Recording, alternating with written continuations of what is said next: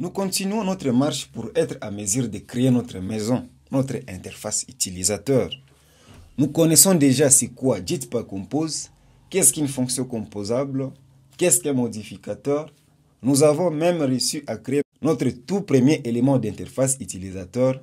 En tout cas, nous nous approchons vraiment de notre quête, celle d'être à mesure de créer une interface utilisateur toute faite. Mais tout comme pour un constructeur d'une maison, il ne suffit pas juste d'avoir les briques ou encore savoir comment apporter quelques modifications sur les briques. En plus de tout ça, il faut un plan, savoir les compartiments de sa maison pour ensuite élever les différents murs. C'est la même chose avec la création d'une interface utilisateur complète avec Jetpack Compose. Avoir un élément d'interface utilisateur distinct, c'est bon, mais ça ne suffit pas d'avoir une interface utilisateur complète. En plus de ça, nous devons avoir une représentation visuelle de la manière dont on souhaite organiser les éléments graphiques sur l'écran.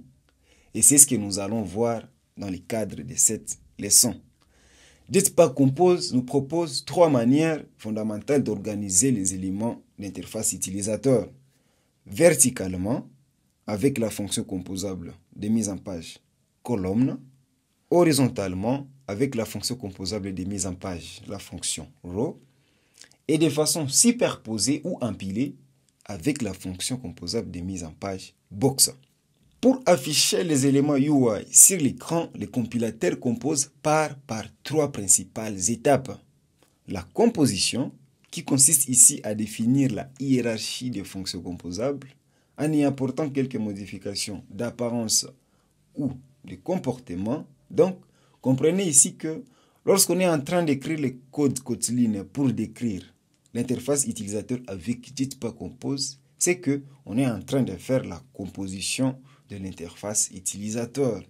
L'étape suivante est la mise en page par les fonctions composables de mise en page pour déterminer l'organisation des alignements et arrangements des éléments d'interface utilisateur. Et après l'étape de mise en page, c'est alors que les éléments sont alors dessinés sur les canvas du système d'exploitation Android, qui est une surface virtuelle sur laquelle les éléments seront alors dessinés pour être visibles à l'utilisateur. Voilà en fait les trois étapes que le compilateur compose fait pour transformer votre code source Jetpack Compose vers l'interface UI que vous pouvez voir et interagir avec.